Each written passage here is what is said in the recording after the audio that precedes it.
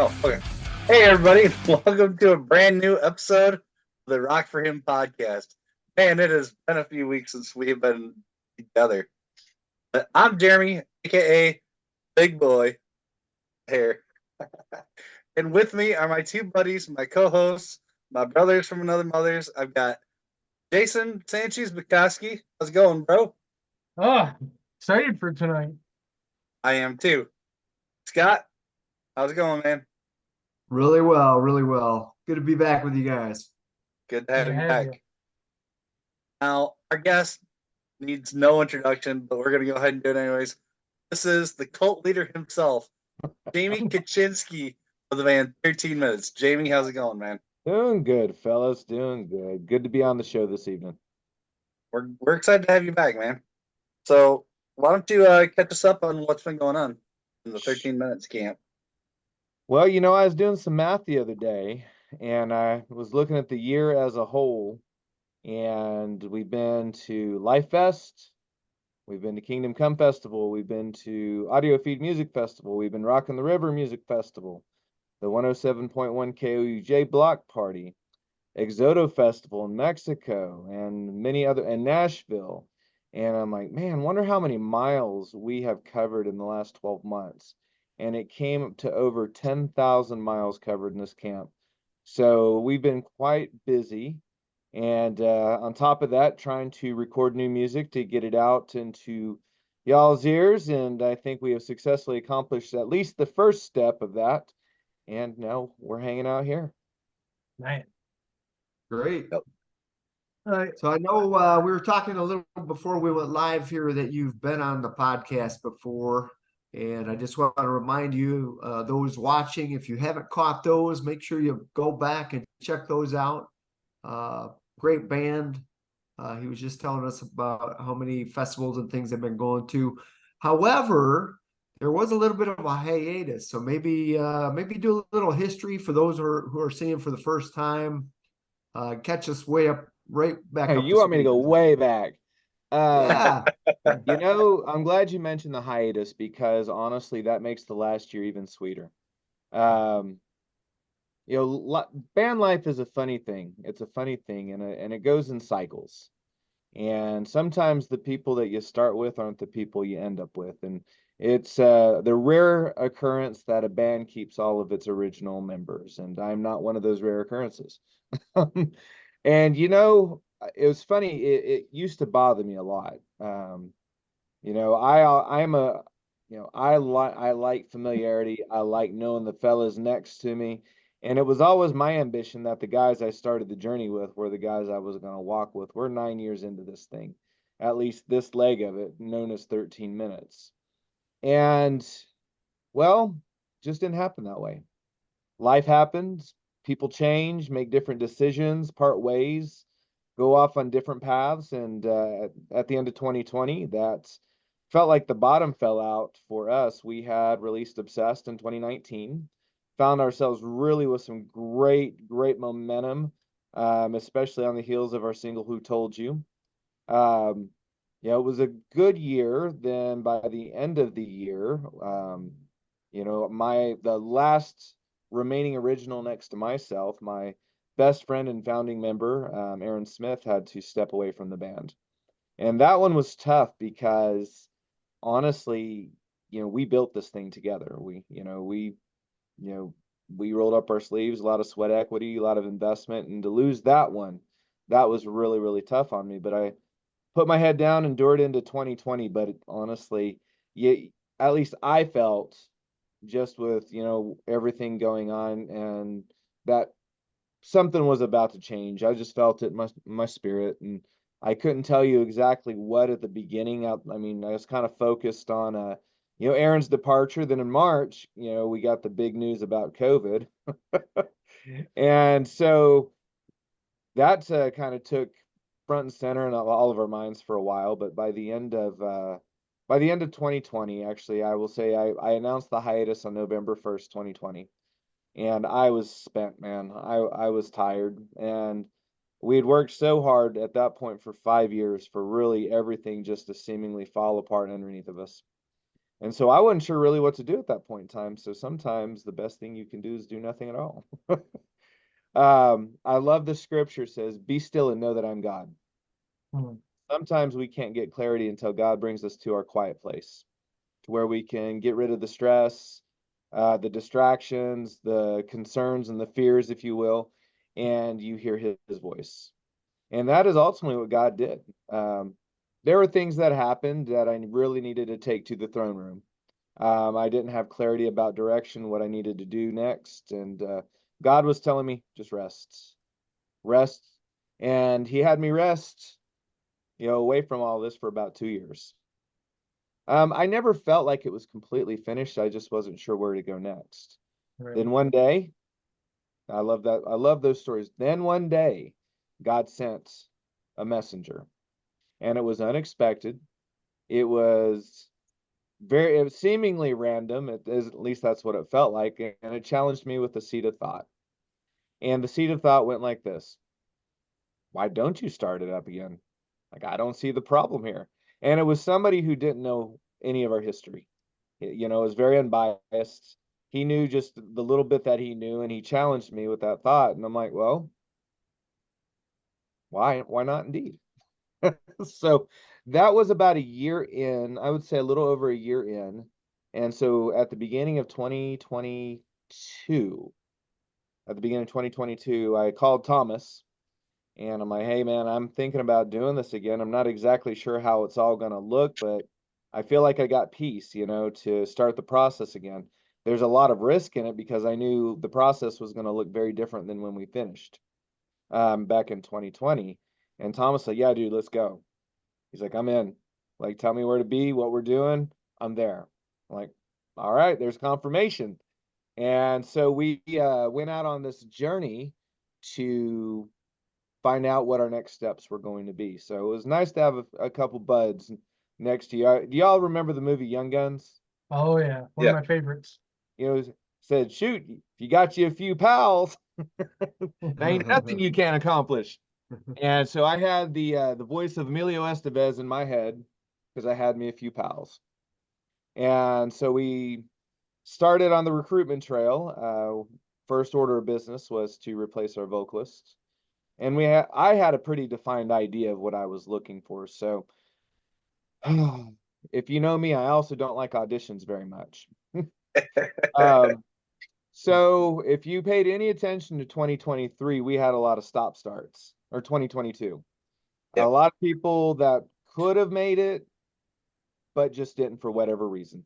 The opportunity was there, it just wasn't a good fit, or sometimes you just don't know if you're going to like it or want to do it until you get in there and see what it's about.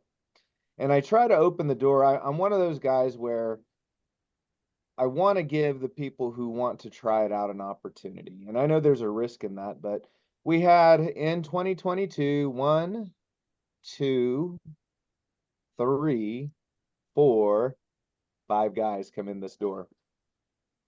And they all gave it a shot. And so by October of 2022, we thought we had our guy.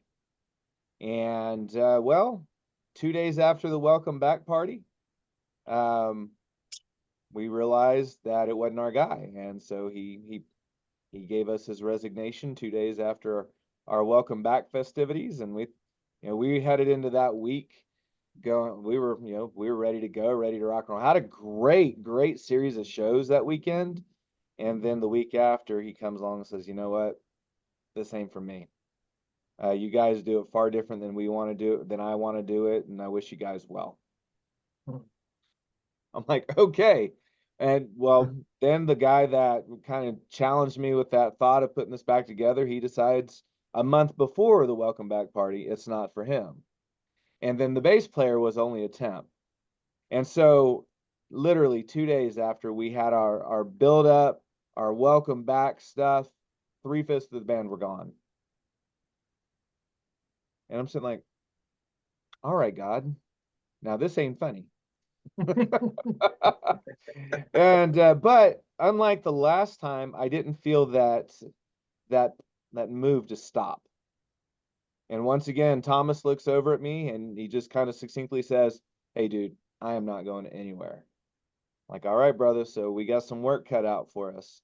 And away we went. So right out, I mean, almost immediately, Preston came along. And I've known Preston for over a decade. And I know what Preston brought to the table. I know his history with Outside the Shadows. I know the kind of guy he is when it comes to his wife and his kids. And I know the type of person he is when it comes to preparation. In fact, I will say Preston is by far the most prepared musician I've ever worked with, ever. Um, and so Preston jumped on, and away we went to Life Fest. So he said, I will be ready. I'm like, dude, you got 30 days. He's like, I will be ready. And he was ready. So right after Life Fest, we finished out with the former vocalist at that point in time, because we didn't want to cancel that one. And so we parted ways the following day, and we had an unexpected, audition file come in, and that was that of Jared. And the fun thing about Jared is I met Jared 5 years ago when we were touring through Omaha. And Jared, one thing I learned about Jared very quick was he's just got this big heart for service. Like, he wanted to make sure that 13 minutes coming through his city, we were taken care of.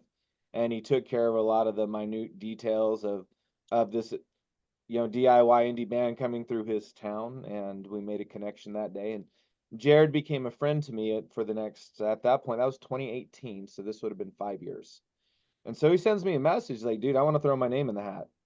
I'm like, well, are you concerned that you live in Omaha? And in today's technology, I think you can make it work. There's a lot of bands that, are willing to learn a new way of normal when it comes to being in a band. And Jared said, you know what, we'll figure it out. I want to audition. And it came down to him and a guy from Dallas. And at the end of the day, we gave the offer to Jared, and I loved what he did. He says, give me 2 weeks to pray. He said, if I link up with 13 minutes, he said, I'm in. I'm all in. He said, but I don't want to tell you yes, and then I have to back out. And so literally 2 weeks, like a man of his word, I'm in. And then we got together, we started prepping, and our first outing was the local, well, I say local, they're about 100 miles away from me, 107.1 KOUJ. Has an annual event called the Block Party, and a lot of my peeps that have come on your show, like Chaotic Resemblance and bands like that, have all been on the Block Party. So in fact, Chaotic was on this Block Party. So we started preparing for their annual Block Party, and that was Jared's first show with us. The next day, we played the Oklahoma State Fair with Jared and Preston. And, found our way to Wreck the Halls in Springfield, Missouri, went to XIII Fest down in Mexico, and it's been an adventure ever since. I gotta tell you, just Woo! listening to where you were at before, listening to the Obsessed album, it's good. Like, I love it. But when you sent us the original version of Cult Leader, and I made mention of this in our review, I was like, oh man, like this sounded like it was recorded in a bathroom. I'm like, oh, Well, I'm worried about this. But then when you get those demo files, you can't put too much stock in them, Jason. I get that, but I was listening to it going, oh man, like I'm worried about this. Like that last CD was fantastic, and then you sent us the finished product. And Jeremy's message to me was like, dude, have you heard it yet? I'm like, no, I didn't get it. He's like, oh, I just got it from Jamie. You need to hear this. And I listened to it and I'm like, oh, this is so good. Like, it was amazing. Like, the musicians you added, God definitely knew what he was doing throughout this whole process. Like, people coming and going, it was building you up to something. And I'm not just trying to blow smoke here. Like, literally, I think blowing smoke. That's okay. I literally think that you have the perfect mix of musicians in 13 minutes right now. You guys are going to do amazing things. Like Well, thank you. Jared's voice, your drumming. I mean, Preston. What's funny about Preston is I've been friends with him for a long time. Had no idea. I didn't even know who he was. He friend requested me a long time ago. That sounds like Preston, yeah. And then all of a sudden, he was part of 13 Minutes. I was like, oh. Have you listened to his old catalog of music yet? No, I had no idea who he was. I thought he was just a rock. On our last station, Jackson, we had a couple of Outside the Shadows and XIII. Yep, Outside the Shadows. Well, funny story is it's Preston and I use the same producer. So the guy who produced Obsessed was the same guy that Preston worked with on the majority of his music. Sweet. So yeah, I definitely think you got the right mix of musicians behind you right now. I mean, I agree. Well done. You know, it is a God thing. So all credit and glory due to the one who makes all things happen. It says the righteous man's footsteps are ordered by God. And the great thing about it is even in our failures, even in our missteps, God is still working things out. And I would like to declare sainthood, like I never, did anything, but we all know that's not true. I'm a bit of a handful to be in a band with. I have some expectations that maybe sometimes can be a little too tough, but at the same time, there's a purpose and a direction in those expectations. And I love what you said about the quality. We're always pursuing quality. Yeah. Not just quality in the music though. I want quality guys in this band. I want guys that are pursuing God with all that they are. Notice I didn't say perfect, but I want guys that are pursuing the one who is perfect. And I'm never going to throttle back on that. For me, it comes down to understanding a common language too. When I speak about these things, when I speak from the scriptures, when I put those goals forth, with what God is directing us to do, I want the guys next to me to have at least a baseline understanding of what I'm saying. So it's a communication thing. It's an excellence thing. I believe God requires our excellence, the best we can give him. And that grows and develops as we grow and develop in whatever it is we pursue. But I want guys that are going to work with me. And then I get back to the difficulty of being me, because when we're pursuing excellence, I may tell you some things you really don't want to hear. I may tell you go do it again. I may tell you that's crap. And it's not intended to be nefarious or mean, but we do have a standard that it really isn't going to go out the door if we haven't turned over every stone and did our best. Now, I was trained to do that during Obsessed. Not that I never believed in excellence before that, but man, we were running through the grinder creating that album because we were all green going into the studio at that point in time. We'd never been produced. We never worked with a producer. We had never worked with a record label. And here we are, the producers challenging us at every turn. Then we'd send it thinking we had something, and the record label's going, that sucks, do it again. And we're like, ah. But out of it, we became better as a result of the challenge.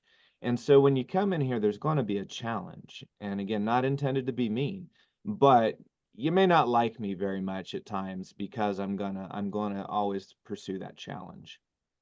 So real quick, we do have a bunch of people watching and a bunch of comments in here. First off, Jermaine is watching, and he says, "Hi, Jermaine, Big man." He says this lineup of 13 Minutes is the A team and is legit. And we also Charles Martin's also watching. Hi, Charles. And we have a couple of other members of 13 Minutes watching, Preston and Thomas. Y'all can pay me later for those compliments. They are in here talking about what a tyrant and cult leader you are in the band. I own it. If I had the Kool-Aid mask with me, I'd probably put it on now. That's still out in the truck though. I haven't even unloaded from the show yet. Oh goodness. Oh, so if anyone watching has a comment or a question for Jamie, just go ahead and drop it in the chat here. If you'll notice, I keep looking over and trying to keep an eye on that while we're talking. But Jermaine So says, "Hey, bro." So yeah. so so how has the reception to Cult Leader been? I know for us, we dropped it on our top 15 voting, and first week it was number 2. This past week it was number 3. I mean, you guys are playing it live. How's it being received? Man, I'm gonna go back a little bit again. I'm gonna give a hat tip to Sean Browning, who was the head dog at Rottweiler Records for a long time. Sean approached me back in 2015, with an idea, with a thought, and he put a challenge in front of me, and he says, "I see a lot of potential in what you all are doing. Here's what I would suggest that you focus on." He said, number one, he said, cut back on writing novels in your songs. Your songs are too wordy. Number two, focus on good hooks that get stuck in your head. Does it sound like a familiar refrain that when you listen to Cult Leader? Didn't I even say that, Jeremy? I can see people out there and Yep. chanting Yep. along the Cult Leader. Yeah. With this one, number one, it's been a whirlwind of delays getting this song out. But we always had a direct goal for this one. We knew that the hook on this one was good. When you go home singing the song, other people are going to sing it with you. I will say though that I would call this a trickle. I really, really wanted to see how this new sound was going to be received by the people who know us, the people who are familiar with our history. And well, I think you guys speak for a lot of the voices that are out there. I think it's been a common refrain that what we have done is familiar.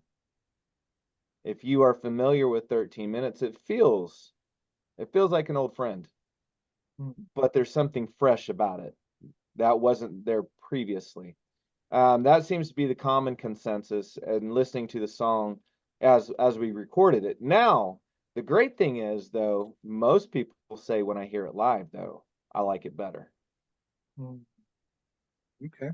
I want to hear it power, live. and there's that sing along and those chants and that Yes. collective kind of vibe that goes with the live outing that you cannot get listening even through your headphones. I mean, I guess you could. I'd love to see y'all just be a fly on the wall while you're jumping around your room yelling hey and pumping your fist in the air, but but you don't get that. You really don't get that on the album. You can get that at a live show though. So hey, we got a couple of questions. One, Jermaine is bringing the heat on you right now, Jamie. Bring it, Jermaine. Bring it. All right. He says his question: what is the end goal for 13 minutes? Meaning, what are you hoping to accomplish? You know what? I used to have a plan. And as we've discussed for the first 20 minutes of this particular podcast, my plan got blown out of the water. So truly at the end of the day, and this is going to go with any season I find myself, is God be glorified in the work of my hands. Wherever that goes, wherever that leads me, God be glorified in it. And that really is all I got. That's all you need. That's all you need. Amen. And then Jennifer Walter says, from where Cult Leader came from to what it is now, it's truly amazing. Jennifer was there at Chains and Chain 2020 when we performed it for the first time. And it is not the same song by any stretch of the imagination. In fact, I will send you a link after we're all finished up and you can understand from what Jennifer speaks of. Yep, you sent me that link, and I can attest it's not the same. Thomas says, to be honest, I didn't like the original at all. Nope, Thomas wanted to throw it away. I fought for it. I said, I'm the cult leader and you're not. Pulled out the boss card. I like that. Oh, Oh, so now everyone wants to hear it live. So we've heard a little bit of the past and the present. Where can we hear it live in the future? What's going on this fall, early next year? Well, definitely in about 4 days, we take the stage at Chains and Chain 2024. And I'm going to probably fanboy because Deliverance is going to be there. And Jim Chapin, their drummer extraordinaire, is going to be there. And Jimmy P. Brown is going to be there. And so I'm going to fanboy like you've never seen. Deliverance are friggin' legends. It'll probably feel about like the same time that I met Living Sacrifice for the first time. These are guys who shaped and molded what I would become as a musician. So I get to play on Friday. They play on Saturday. I'm probably going to be crying like a baby in the corner because I'm getting to see these guys. So then from there, we have only one more scheduled show for 2025 that we know of right now. And that will be Rockin' the River in Harrison, Arkansas, at Mini Harris Park. And so a lot of our peers, in fact, Tricord will be at Chains, and Tricord will also be at Rockin' the River. And so a lot of our friends will be out there. I'm looking forward to Rockin' the River because Fear Not is also going to be out there. Speaking of legends, so I'm always excited to get together with Larry Worley and friends, and we will be bringing Cult Leader to the Mini Harris main stage right there next to the river in the great metropolis of Harrison, Arkansas. So Jennifer offers her services as photographer while you are fanboying at Chains Unchained. Well, that's fine. If I'm crying in the corner, though, in a fetal position, leave me alone. Jennifer, any embarrassing pictures, send them our way. Right? We will make sure they never hit the internet. But on that note, also, Wolves at the Gate is headlining Saturday night. And I have never gotten to see Wolves at the Gate. So I am pretty friggin' stoked about this too. But Friday night, we got The Protest and we got Chaotic Resemblance and the Reckless Revival Band. So it's going to be a family reunion when we get there on Friday. And then we're not leaving Springfield. Actually, on Sunday morning, we enter the studio there in Springfield, Missouri at a place called Reach Audio to start recording our forthcoming single, Pitiful. No, not the Blind Side Pitiful. Well, I would love to hear what you guys sound like doing a Blindside song. You know, I love Blindside too, so never know what the future may hold. Right? That was going to be my next question for you, is what musically do you have coming up? I mean, I know you had mentioned before that you have at least 2 more songs in the hopper that you're actively working on. Mm-hmm. We just got our collaborators' music file this week, and I'm not going to share who our collaborator is. You're killing me, Smalls. I'm going to tell you, okay, I've been wanting to work with this lady now for 2.5 years, and we finally got the opportunity to do so. She is a classically trained musician, so way smarter than any of us. And she is absolutely magnificently talented, and she is taking what we do with Stay and elevating it to a place I never thought it could go. And so Stay is coming early next year. We don't have a release date yet, but once we have all of the marketing and everything we do with the song, we'll definitely be reaching out to you guys, because I will say it ad nauseum. Cult Leader is great. I love it. I think it was a great first entry in what we're doing now. Pitiful is the best 13-minute song we've ever written. So Stay is the most important song 13 minutes has ever written. So Thomas wants me to ask you about the Salt and Pepper cover you guys have. Hey, if Thomas would get that constructed, we would do it. At our sound checks, we've been playing Push It. And oh man. And if you haven't heard Jer Bear singing Living on a Prairie yet, you are missing out. Oh. If you like what you saw today, hit the subscribe and like button down below, and don't forget to share it to all your friends. Also, leave us a comment down below. If you're gonna rock, rock for him.